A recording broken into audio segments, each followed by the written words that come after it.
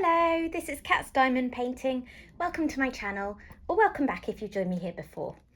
So today I am primarily going to be doing a whip and chat. I'm going to be working on the Old Waterway Cottage by Dreamer Designs, which is what I've been working on most of this week.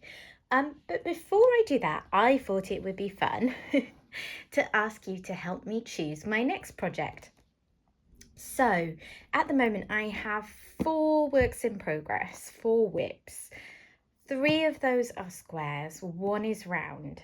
The round one is my entry for Summer with the Masters 2022. I have just completed another row of it, but I'm not super enjoying it. It's quite samey with the colour palette.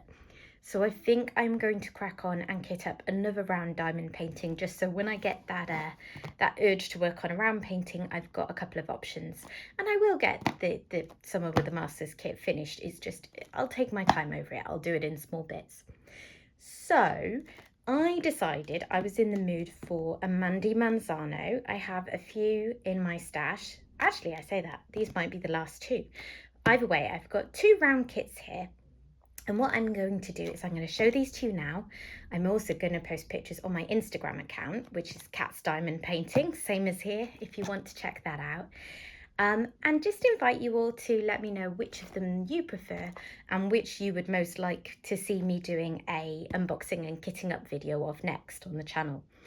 So if you can let me know by, say, the end of this Thursday, which one you prefer, whichever gets the most votes, because I genuinely can't decide between the 2, so this is going to help me as well as being a bit of fun. I will get kitted up, hopefully on Friday of this week. So the 2 kits that we are deciding between are Fairy Tale Sleeping Beauty. And what I will do is I'll try and put up a clearer picture of the artwork on the screen roundabout now as well. But as you can see, this is a 55 by 77 centimetre round diamond painting. I think it has about 44 colours, something like that. And it's the newer drills that Diamond Art Club offers, because I bought this quite recently. I actually had it a while ago, and then I changed my mind and destashed it, and then I bought it again, which is the only time I've ever done that. It's rather indecisive, but I do definitely want to work on this at some point. And the other one for us to decide between is Read Me a Bedtime Story. So this one's in landscape orientation. It is 67 by 50 centimetres, so it's a bit smaller. I think this one had 49 colours, and it's the older Diamond Art Club round drills. So they're a bit shinier, not so faceted. And again, I will be putting up a picture of the artwork so that you can see this more clearly while I'm talking. So those are the options. So pop your comment down below, let me know which one you prefer and which one you think I should start on next. And then I will get going with that pretty soon. Okay, moving swiftly on to my whip and chat. Okay, so today I'm going to be working on the Old Waterway Cottage. This is Dominic Davison art originally, and the kit is by Dreamer Designs. And I've been working on this one for a while. I've already featured it on my channel a few times, so I've got an unboxing video if you want to go check that out and see the artwork in more detail. And I have also featured it on my mid-year review video that I did last week, so you can get a full picture of where I'm up to with it. Today I've just uncovered a small section that I'm going to be working on. I don't know if I'll get it all done today. We'll see how long I can ramble on for. But anyway, I am going to be using my Bella Art to Nicole mini tray, which is one of my absolute favourites, and my new pen from Crafted Makes on Etsy. Isn't this beautiful? So they make their own resin blanks, and they, get things like pine cones and stuff in there, so it's really unique and individual. Every single blank is a little bit different. And this one, I actually discussed with the owner what size I wanted, because their standard pen sizes are a bit bigger than I prefer for my small hands. So I sent him measurements and a picture of another one that I wanted him to kind of model it on. And this just turned out perfect. I really like it. I've been using it ever since it arrived. So that's what I'm going to be doing today. let me just zoom you in a little bit. And hopefully it'll stay in focus, because it was messing around a little bit with the focus before. Let's see, is that going to go? Yeah, I think that's going to hold focus. Okay. So this painting is filled with confetti, so that's going to be interesting whilst trying to chat along at the same time. Actually, this section, compared to some, is not that filled with confetti. Would you believe that some sections are a lot busier than this? But this one's actually got some lines of this grey colour that I can do. If you don't know what I'm rambling on about, confetti is a term that a lot of people in the diamond painting community use when you have to change colours frequently within a section.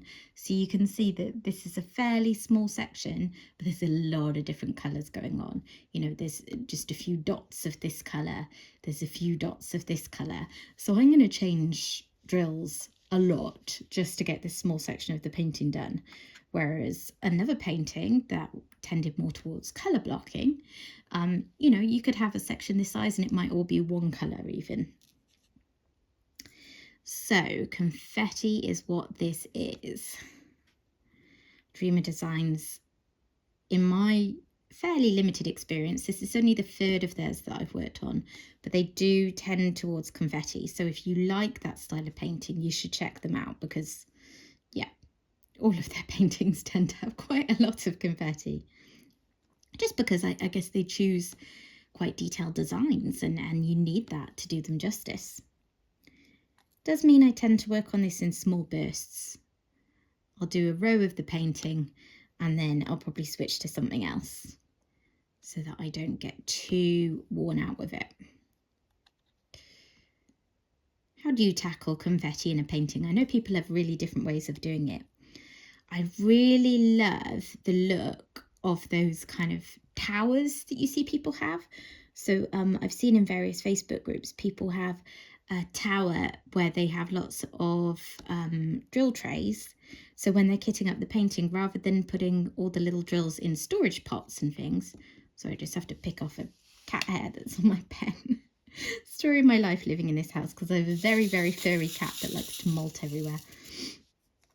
Yeah, so they have, so they kit up into drill trays. They've got loads and loads of different drill trays rather than storage pots, and all of the drills that they're going to use will be out in those trays. So they just pull out the relevant tray, and then they're not spending time, you know, pouring diamonds in and out of pots, because that can be a little bit annoying with a heavy confetti painting, that you're just constantly having to tip drills out, do a couple of drills, put them back in the pots. However, that sort of system would not work for me. I like the look of it, but I diamond paint on my dining room table, so I do need to be able to tidy things properly away. Plus, I have a cat, I have a child who is not the tidiest. It wouldn't work. It would lead to spillage. So I just get used to changing them over fairly quickly. I've focused on getting trays that are really nice and easy for pouring drills in and out of, because you don't want to be fighting to tip your drills out of your tray every few minutes. I just do that. The other thing about confetti is when you're looking at a section of canvas and it's just a mess of symbols, so many different changes, it can feel a bit overwhelming, and it's hard to know what to work on first. So the way I do it is, first of all, I work in fairly small sections like this. I might work on a slightly bigger section if I was just done painting away by myself without trying to, you know, get it done in a whip and chat. But I wouldn't do a huge section. So that kind of keeps it contained, because you're going to be changing the drills a lot anyway. So, it doesn't matter that much. I try in general, when I'm working on a square painting, as much as possible to go from left to right, because I'm right-handed. So that's the way that I find it easiest to get the drills to line up nicely with squares where they need to be pressing up against each other. It doesn't matter so much with rounds. Sorry, just getting rid of a trash drill here. But actually what I will also do is just kind of gaze over the section and see what what symbol stands out to me the most. So when I was looking at this one, I could just see these grey crosses. They were really standing out clearly to my eye. Now you might look at this section and see something else standing out to you. It's quite an individual thing. But for me, those are the easiest ones to spot and distinguish from the other drills. So that's what I'm starting with. It's also one of the larger colours in the section, so I know that getting those done will clear quite a lot of it. And I just go like that, and you sort of find it makes it easier. So for instance, if I do a section that's got a lot of green in it, and they're all really similar, and I'm trying to work out what's what, and it's quite hard to spot them. If I clear off all the other colours in the section first, so I'm just left with the green ones, it starts to get easier to distinguish between the green colours, if that makes sense. I'm not sure if it does or not. Anyway, I am enjoying this canvas. It's, as I say, slow going because of the confetti.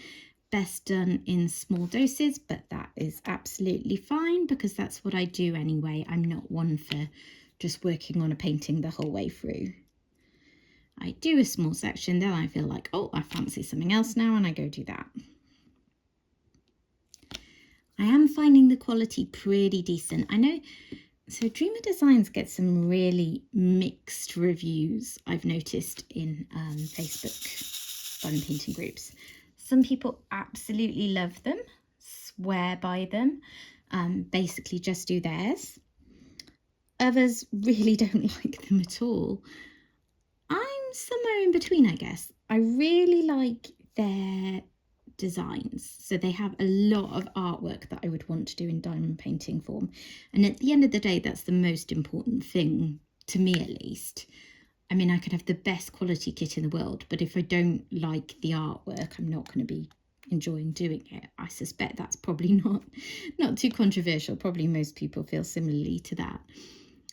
I find their quality good. So this canvas is reasonably clear. I do have a few from them that have blurry patches. These drills are reasonably good. They're nice and shiny and reasonably uniform. You know, I don't have too much in my trash pot. But they're not the best. You know, I've been working on a Diamond Art Club recently, Family Circus, with their new drills that are just so uniform, and that's making me a bit spoiled maybe. But, you know, this canvas, the drills have been fine. When I worked on La Porta Rossa sulla Salita, that had several colours that were really poor quality. So it's a little bit hit and miss. I also don't love how stiff the canvas is.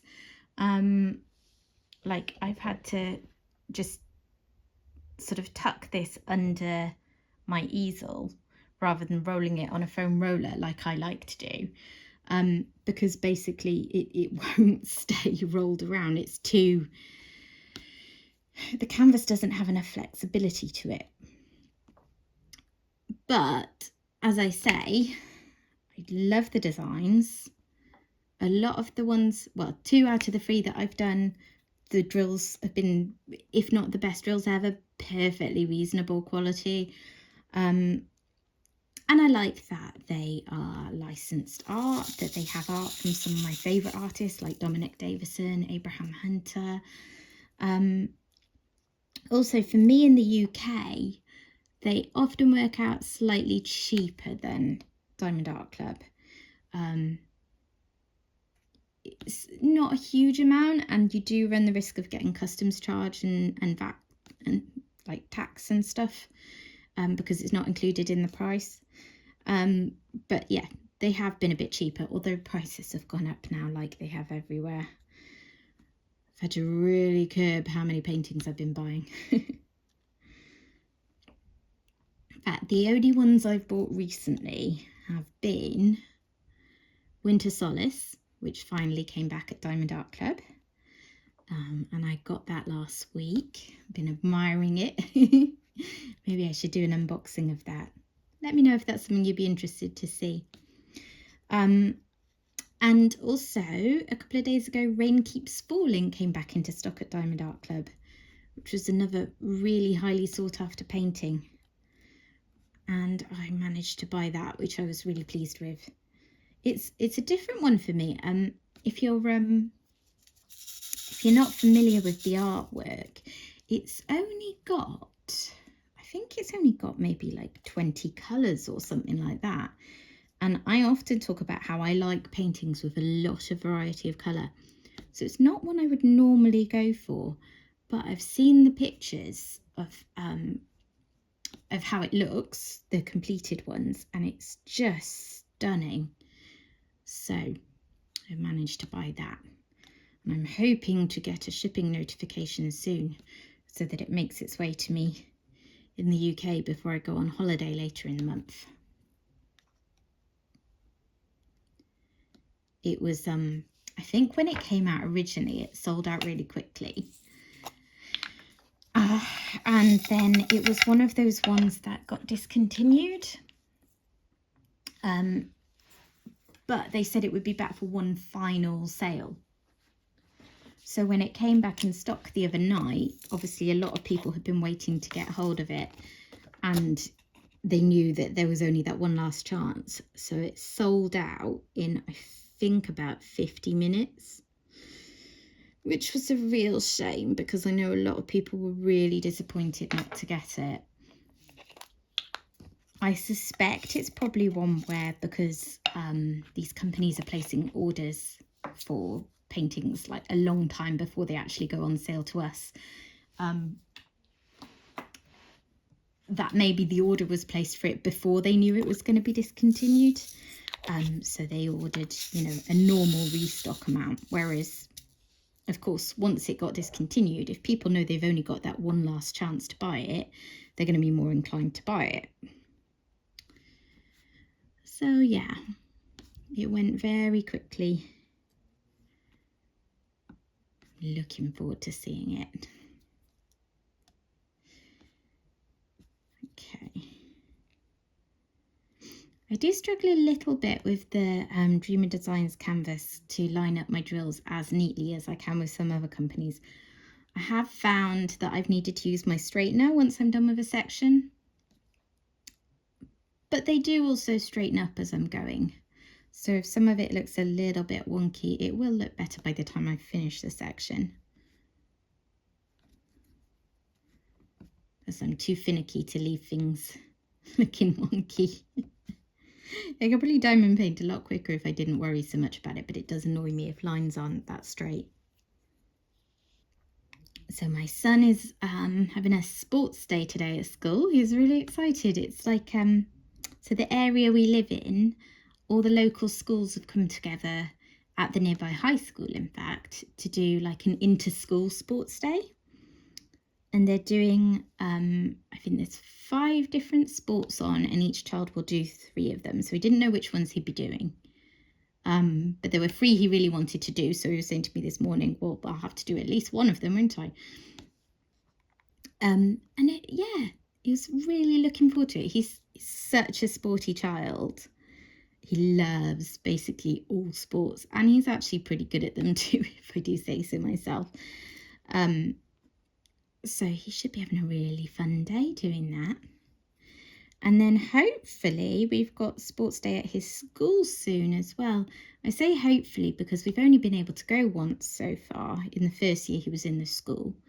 Because the last 2 years, well, 2 years ago he wasn't in at the end of year even because of COVID.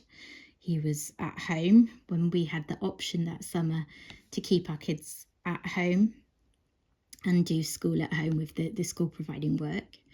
And then last year, year 2, I don't remember. They may have done sports day in the school, but just not had parents in because of COVID. Or maybe they didn't do it. I'm not sure. I can't remember. Yeah, they did say they were hoping to be able to have parents in this year. I don't know what's going to happen because at the moment in the UK, we're having a big COVID wave. And the head teacher is quite cautious about that, which it may mean that we don't get to go in. I'm not sure.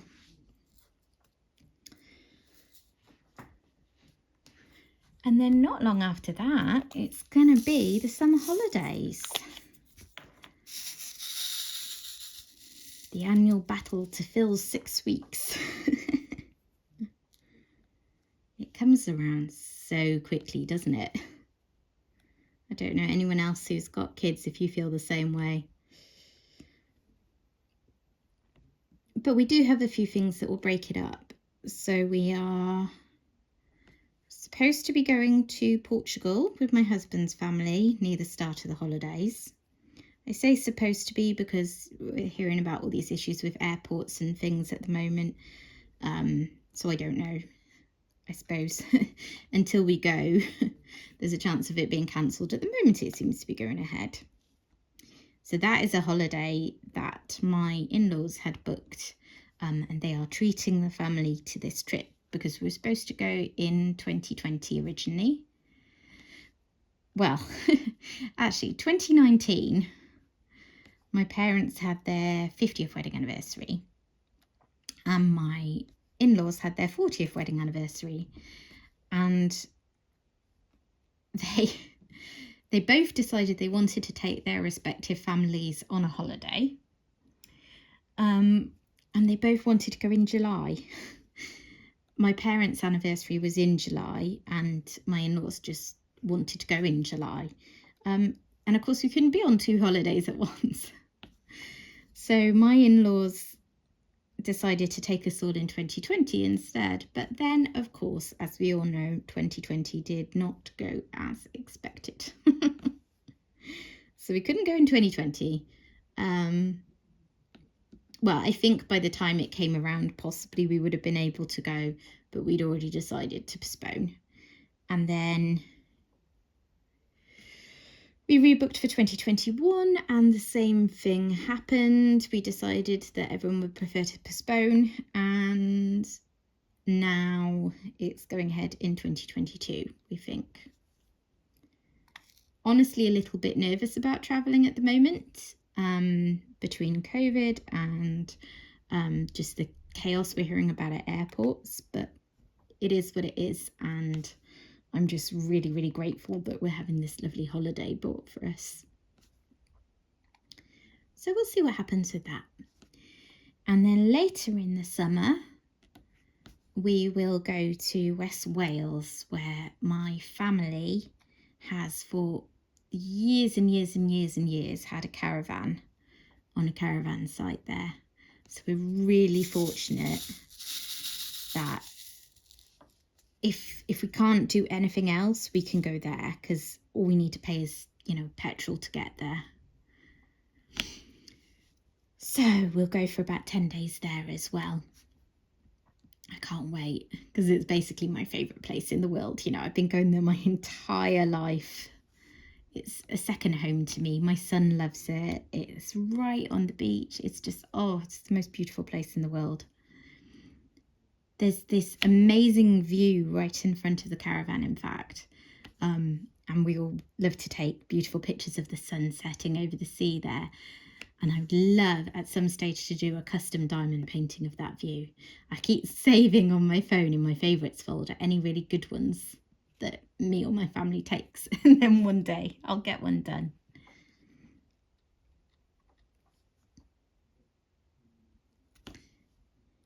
So we've got those, and we'll see friends, and we'll have lots of relaxing time. And the holidays always fly past. I always wonder how on earth I'm going to feel it, and then it actually flies past. I'm not sure what will happen with me filming though. I'll have to find times when maybe my husband's taking my son out to do something, so I have the house to myself, because I'm just too self-conscious to film in front of them both. I like a bit of privacy. My husband's in the house right now, actually, but he's upstairs working.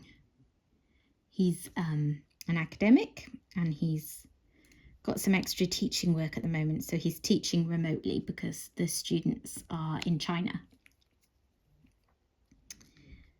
So I can hear his voice through the ceiling. So if you can hear anything, I don't think you'll be able to, but anyway, that would be what it'd be if you hear a voice in the background. Almost done with this colour. Once I've got a few of these greys done, the rest of it should become a bit clearer, I think.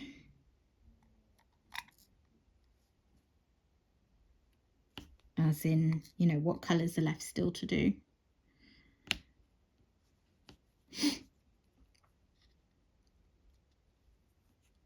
Looking forward to seeing which diamond painting you will choose for me next.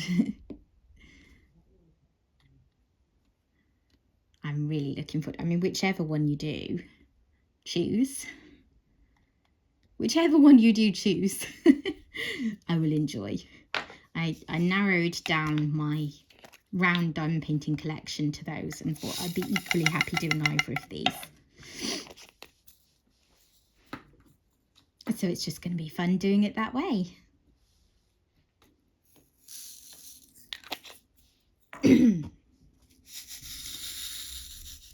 So we had a bit of a disappointment this week just gone.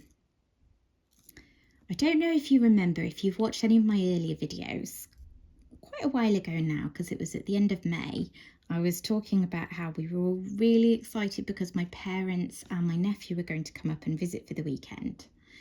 And then right on the day they were supposed to be coming, my son came down with hand, foot and mouth, and we were all absolutely gutted because they couldn't come anymore because my mum is vulnerable, and just general, like it's not generally a particularly nasty illness, but you know, hopefully we've all learnt not to spread things around if we can avoid it, right? So they couldn't come, and we rescheduled for this weekend just gone. So the weekend before this weekend just gone, on the Friday night, a lot of my family lives in the same city, and they all got together because my parents and one of my sisters were both coincidentally having their kitchens done at the same time. So my other sister hosted a night at her house and had them all over for dinner, and they played games and chatted and whatnot. 2 days later, they realised that what they thought were my brother-in-law's allergy symptoms were actually COVID. So he had been symptomatic on the Friday night, so they were all now exposed to COVID. So, I mean, we didn't write off this weekend just gone immediately, but we thought it just seems unlikely because the nephew that was supposed to be coming up with my parents is from that household. So it was his dad that had COVID. So for even if no one has caught it on the Friday night, he's going to have been living in that house with his dad all week. Is it really responsible to then put him in a car with my parents for a 2-hour car journey to come up here for the weekend? You know, he could have caught it off his dad at some point during that week. So we waited a couple of days and thought about it, and we just thought it just doesn't seem like a good idea. You know, by this stage, my sister, my sister who is married to that brother-in-law, had caught it from him. My parents actually had mild headaches, but they often do. So it was like, is it or isn't it? And they were testing regularly and coming up negative. My other sister's household, her son had a sore throat, but was testing negative. So it was unclear what the fallout was, but it wasn't looking great. But we thought if my parents were still clear by this weekend just gone, when they were supposed to be coming up here, then maybe we could at least go see them for a night. Because I haven't seen my parents in ages, because they were supposed to come up at the end of May. So it's been, I don't think I've seen them since March. I'm dying to see them. So we were going to go back for a night, and on Saturday morning we were all packed. My husband and son were out at football. I was just getting myself ready, came out the shower, checked my phone, and my dad had tested positive. So I don't know if that's from the previous Friday or if he'd coincidentally caught it somewhere else last week, because it is kind of everywhere again, so that's also possible. But yeah, he has COVID. He doesn't feel too bad. He has a slight headache, a slight sore throat. He has a cough. Nothing particularly major at the moment. My mum has the same symptoms but is so far testing negative. They're both in the age group where they have had boosters quite recently. So that should be helping. So they feel okay, but obviously we weren't going to go stay in their house that night. So we still haven't seen them. It's getting a bit depressing now. It's been ages. So as soon as they're clear and we've got a bit of free time, I'm going to have to go over and visit them. Even if it's just me that goes. You know, if I have to go midweek because my parents are retired, and leave my son here with my husband. I don't know, we'll see. Just feels very unlucky. And of course I'm worried for my family. They all seem to be doing okay at the moment. The sister that tested positive is feeling, well, she's up and down. She's not feeling great, but nothing, you know, scary or serious is happening. My parents so far, as I say, just have mild symptoms. The other household, not really sure what's going on. So my nephew there had some symptoms, who had been at that gathering they were all at, but never tested positive. And then a few days later, my sister had symptoms, but she's still testing negative. So I don't know. You know, other bugs do exist, of course, so they could have something else. Or they could just, you know, not be getting a positive test. Who knows? Ugh. Anyway, I'm fed up talking about COVID now, as we all are, but that was our weekend once again. So that was basically the second and third drives to see my parents went down in flames.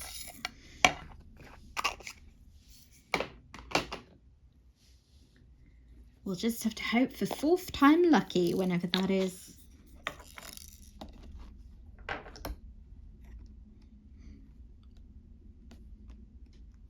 Anyway, we managed to have a nice relaxing weekend at home.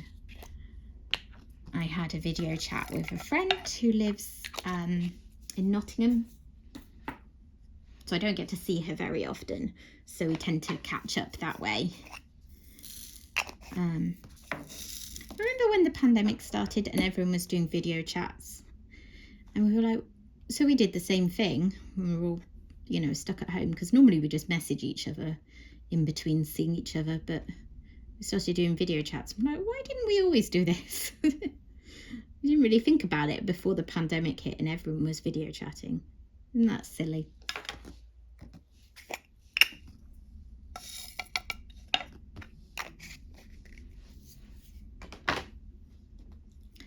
I don't know if you can hear weird rumbling noises in the background.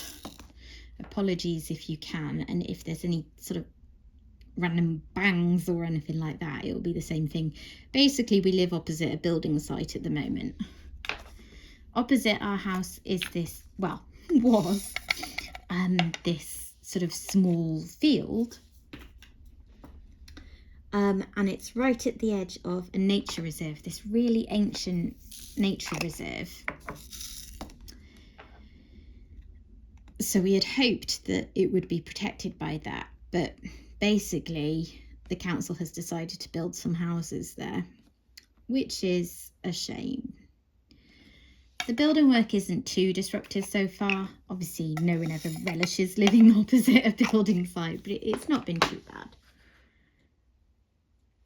I don't particularly support this choice of development, but I'm very conscious of the privilege of saying, you know, no, they shouldn't build houses there, when I'm in a house and there are people that need homes, and that is important, and the council has a duty to provide housing for people, and I fully support that.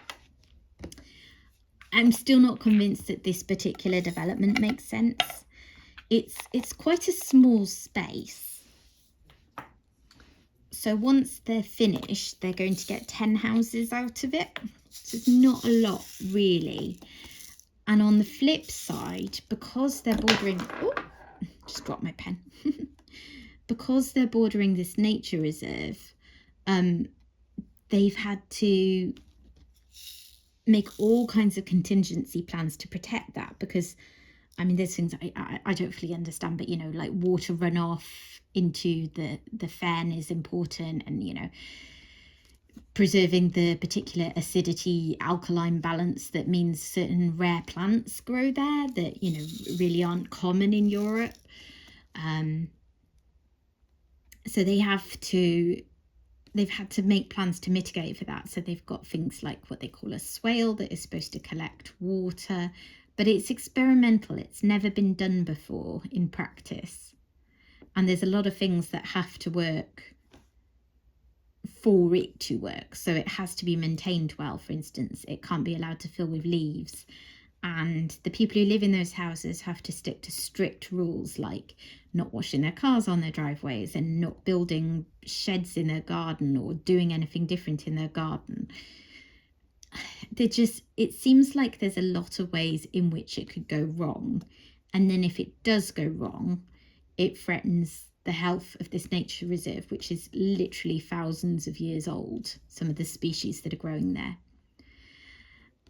And all they get is 10 houses. So yeah, I don't know. Like I say, I'm very conscious of my privilege and my inherent bias as someone who lives opposite it and obviously would prefer to be not living opposite a building site. To me, risking all of that for gaining 10 small houses that aren't going to house that many people between them, I don't know. I don't know if that stacks up. There was a lot of opposition. The council feels that they have the plans in place to go ahead safely. I mean, it's partway done now. You know, they've been building there for 2 months already. So now it's just wait and see, really, and hope for the best.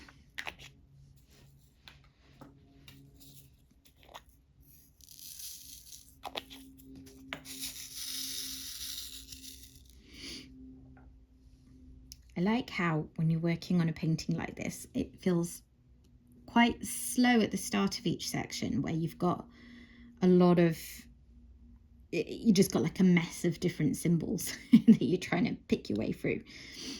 But then it kind of speeds up a bit as you get more and more of it done. It's easier to fill in the rest. It's quite satisfying. Once I get to this point, I find it satisfying how much quicker it goes.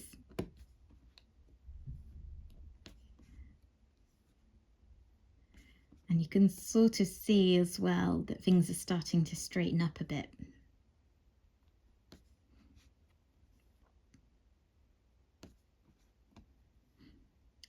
I was admiring things on the Craftably website the other day.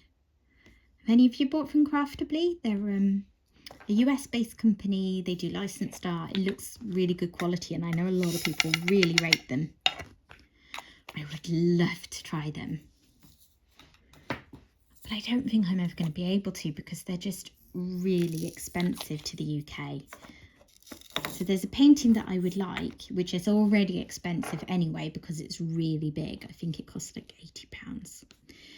And I think maybe because they're a smaller company than ones like Diamond Art Club and Dreamer Designs, they maybe haven't been able to negotiate the same sort of shipping deals. So you just pay, you know, pretty much normal postage costs. There's no negotiated deal to keep that price down. And normal postage costs for a large you know, an awkwardly sized parcel like a long thin diamond painting from the US to the UK are very expensive.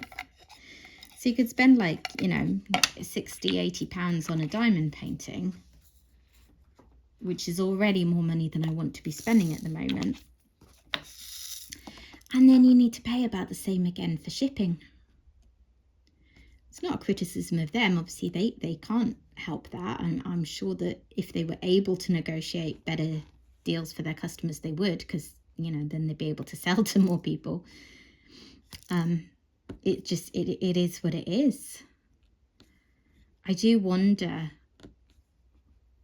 if shipping costs are going to continue to go up, how sustainable it will be for people like me in the UK to buy from US based companies.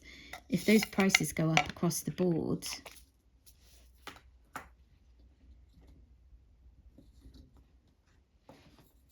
yeah, we'll see. I'm happy that I have a decent number of paintings in my house ready to do, so that if something changed and I could not buy any more paintings from now on, which is entirely possible with the way things are going, then I would still be okay for a good few years.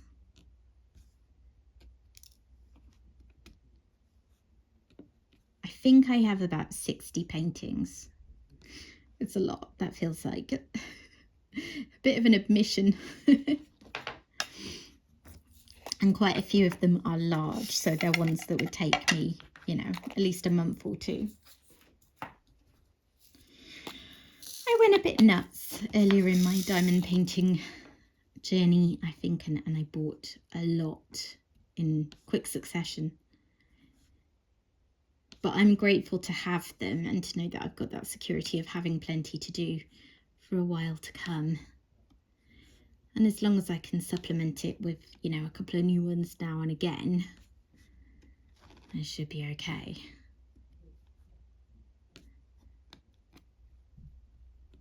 I mean, you know, it's just a hobby. It's not a necessity anyway, is it? But I think if you're here watching this, you would probably share my opinion that it's, you know, pretty important to me, at least, because it's something that I do for relaxation, for calming, for entertainment.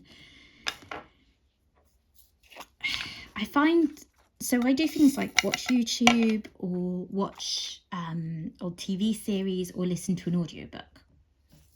So apart from now, when I'm chatting to you, I would never just sit and diamond paint. I'd always be listening to something. And I find, as time goes on, that increasingly I'm not very good at concentrating on things like that by themselves. So if I sit down to watch a TV programme, a lot of the time I get distracted, I pick up my phone, or my mind's just wandering and I'm missing stuff. Whereas if I do it while I'm diamond painting, because I'm focusing on those two things at once, it sort of doesn't leave room for anything else. It's a sort of calming, not like, I don't really want to use the word zen, but I can't think of an alternative one. It sort of shuts everything else out. And I like that. I need that in my life. So yeah, you know, diamond painting is important to me for that reason. And I'm really grateful that I discovered the hobby.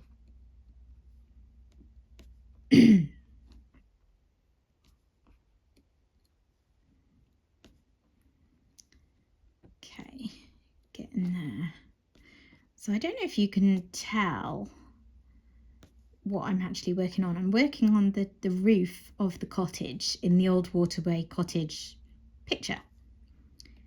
And I've got most of the cottage done by this point.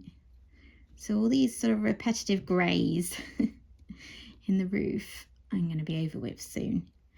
And I think that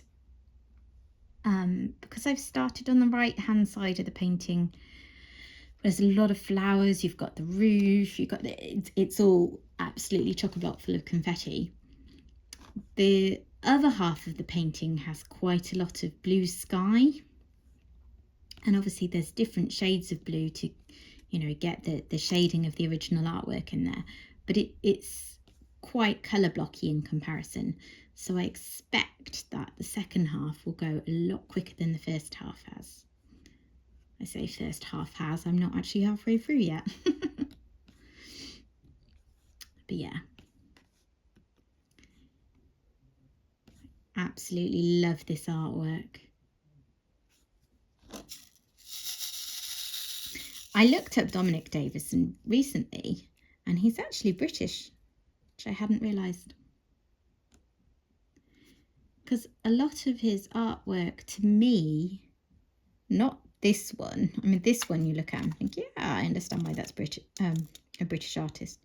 But quite a few of his pieces seem more US based. So I just sort of assumed that. And like cabins in the woods and all that kind of thing. It's very sort of American to me, I think. Think of American style countryside rather than British. But yeah, this one feels very British.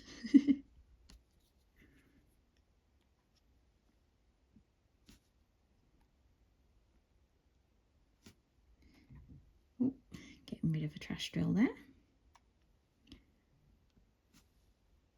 There's 67 colours in this painting. I think it's the most colours I've ever worked on in a painting. Not by much. Family Circus has 64. And there are, in my stash, quite a few paintings that have around this amount. Because I've noticed that even in just the short time I've been diamond painting, because it's only been sort of a year and a quarter, that paintings seem to be coming out with more and more colours. It must be what sells. I guess people like variety of colour in a painting. But yeah, 67 colours in a painting that if you kind of squinted it, you would see a lot of green, a lot of blue and a lot of grey. So it's that shading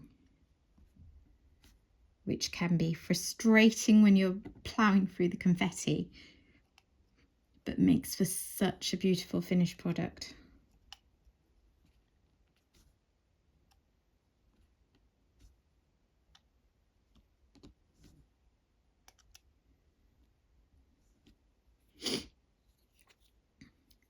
Once I've finished up with this, I'd best go do some housework. Sadly, I'll have to drag myself away from diamond painting. Can't sit here and do this all day, much as I would like to.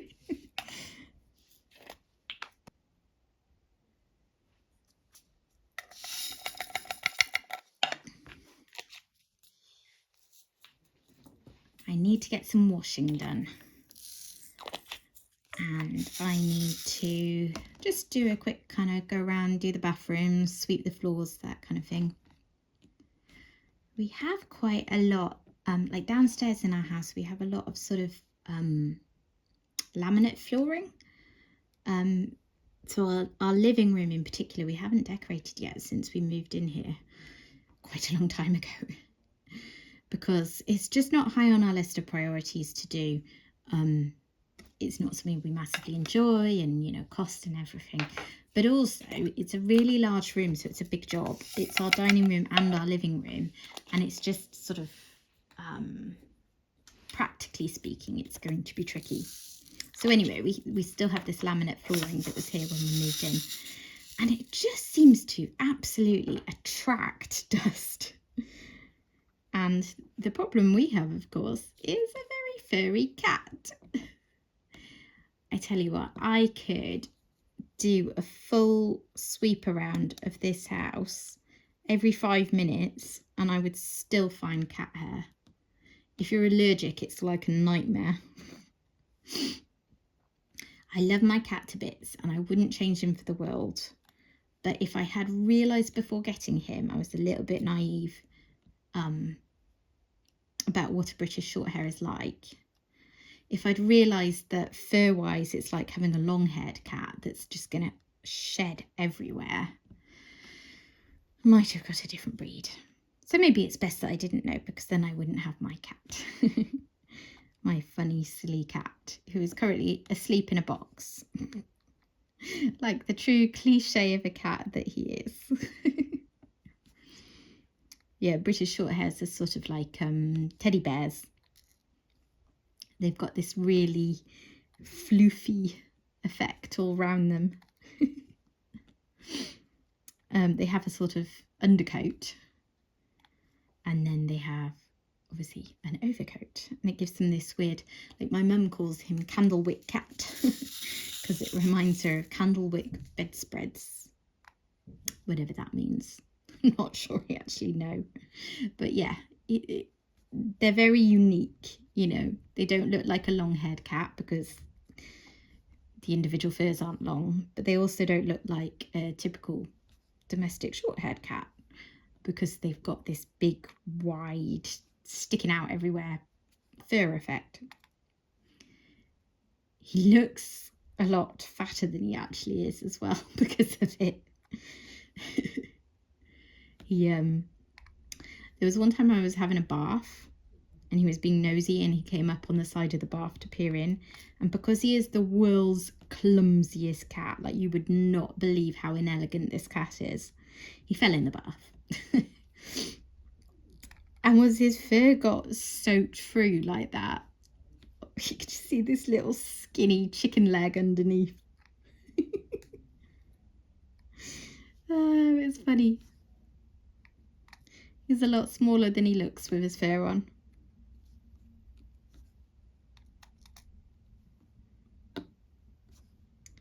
Getting hot weather again here next week, so he'll be miserable.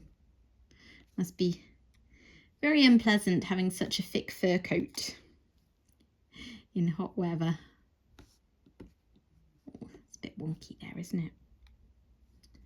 So I'll just get this section finished and then I will run my straightener through it. And then should be good to go.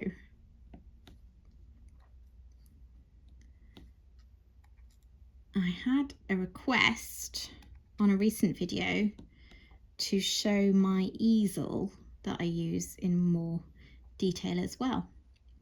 So I will do that when I'm finished in a moment.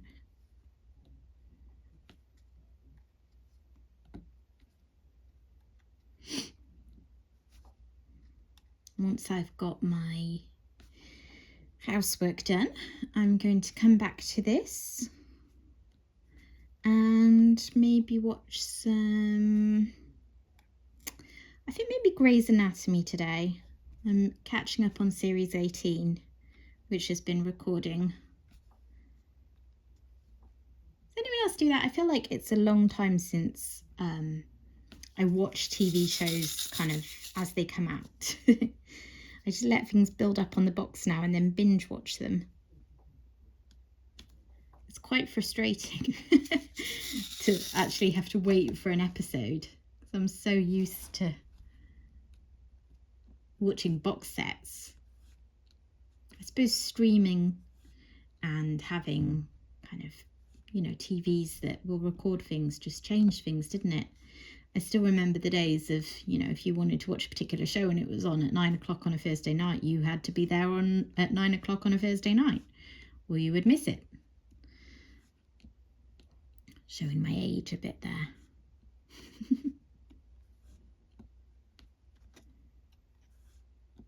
Or you'd try and work out how to program the VCR to record it. You inevitably always managed to record over something else that you wanted and hadn't meant to record over.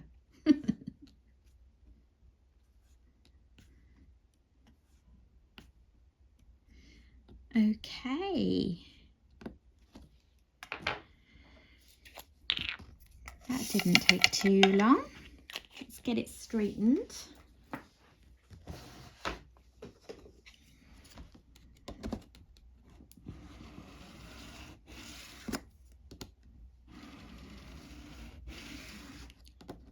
I'm just doing every couple of rows.